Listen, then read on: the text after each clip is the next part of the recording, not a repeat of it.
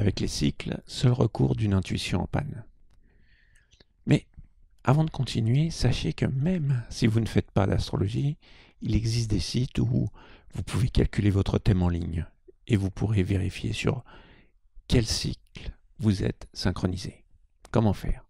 Premièrement, détectez si vous avez des aspects entre planètes lentes dans votre thème. Les planètes lentes sont Jupiter, Saturne, Uranus, Neptune, Pluton. Jupiter fait le tour du zodiaque en 12 ans. Saturne en 28 ans et demi environ, mais arrondissons à 29. Uranus en 84 ans. Neptune en 165 ans environ. Et enfin Pluton en 248 ans. Même si elle a été classée planète naine pour les astrologues, ça ne change rien. Autant vous dire, félicitations si vous atteignez le retour d'Uranus sur lui-même. C'est la dernière planète atteignable pour un humain. Il existe aussi des cycles de planètes rapides, mais sur le plan événementiel, ils sont moins importants. Comme je l'expliquais dans la vidéo précédente, ils agissent surtout sur la psyché, sur les émotions. Ils peuvent aussi déclencher les événements annoncés par les grands cycles. Par exemple, vous avez une conjonction Mercure-Mars dans votre thème. Si dans le ciel du moment, elle est en aspect très serré, ce petit aspect en apparence sans importance peut déclencher un tsunami de planètes très lentes en aspect entre eux. Ça équivaut au dicton la goutte d'eau qui fait déborder le vase.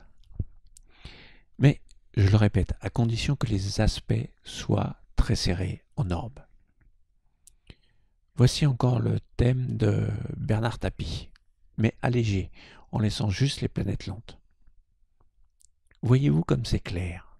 J'adore la clarté dans un thème, c'est lumineux, ça parle.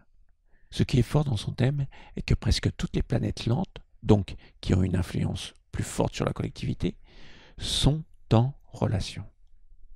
Sauf une qui fait bande à part, Jupiter, la planète de la justice divine ou la justice des hommes. Ça ne vous dit pas quelque chose dans sa vie? Souvent, dans la vie de personnalités publiques qui ont un rôle important à jouer dans l'histoire du monde, ces planètes lentes ont un fort impact dans leur thème, comme chez Bernard Tapie. Je n'aime pas trop parler de l'ambiance qui court pendant que je crée des vidéos, car une fois que c'est passé, les vidéos peuvent devenir obsolètes. Il en est de même des articles astrologiques décrivant l'ambiance actuelle avec des prévisions. Une fois passé, en fait, tout le monde s'en fout. Ce n'est donc pas recommandé. Je vais donc marcher sur des œufs, car ça va être le prétexte à une explication des cycles. L'année 2020 restera une année complètement folle et de privation de liberté. Regardez ce qu'il y avait dans le ciel. Je parle au passé, car cette vidéo fera bientôt partie du futur. Toujours anticipé. C'est un cas d'école. Regardez, vu de la Terre, comment sont regroupés Jupiter, Saturne et Pluton. Je crois que ça ne s'est pas produit depuis 6000 ans. Ce cycle de 3 planètes en conjonction. Regardez sur cette éphéméride de 4136 avant Jésus-Christ. Cette triple conjonction s'était produite en Scorpion. Autant vous dire que vous vivez un moment unique dans l'histoire. Peut-être même qu'une nouvelle civilisation ou une nouvelle forme de pensée va en émerger. Allez savoir. En positif, on voit que Jupiter et Saturne se libèrent de Pluton après une rétrogradation. On a même l'impression qu'ils courent. Ouf! L'emprise était terrible. Cet étouffement, cette envie de liberté. Oui, mais voilà, ce désir de liberté se heurte encore à un mur.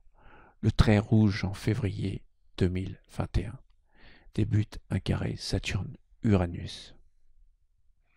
Uranus qui aurait pu les sauver et mettre fin une fois pour toutes à cette emprise. Mais elle est mal placée. Et comme Saturne est solide, il y a du passage en force. J'ai cherché une image pouvant refléter Saturne en Verseau et Uranus en Taureau. J'avais une image en tête de cette configuration. Voici ce que j'ai trouvé de plus approchant. Un bateau à voile sur une mer tumultueuse. Il faut jeter du lest. Pour l'anecdote, pendant que je regardais cet aspect, un flash sur le Titanic m'a traversé l'esprit. Je ne sais pas pourquoi. Je me suis empressé d'aller vérifier en 1912 lors du naufrage, et c'était le contraire. Uranus était en Verseau et Saturne en Taureau. Ce genre de prémonition m'arrive fréquemment depuis que j'utilise la méthode décrite dans ces vidéos. Alors, ça peut être seulement symbolique, hein, le naufrage de la société par exemple. Évidemment, l'eau, les vagues, c'est le Verseau. Le bateau étant le Taureau qui repose sur une mer agitée.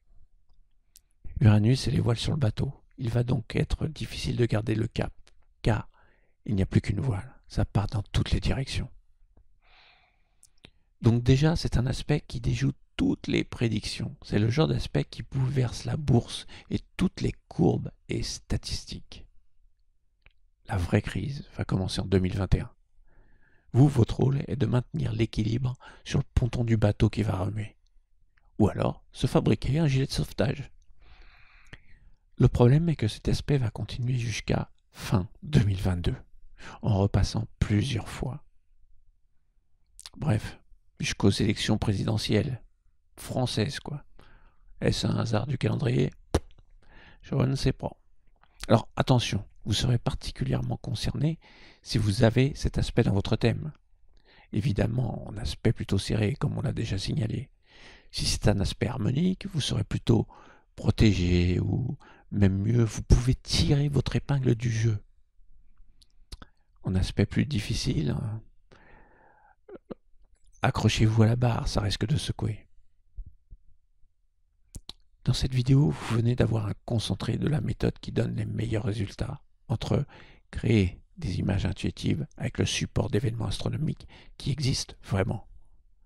L'essentiel est de créer vos propres images avec le zodiaque. Exercez-vous encore et encore. De plus, c'est très amusant et ça fait travailler votre imagination.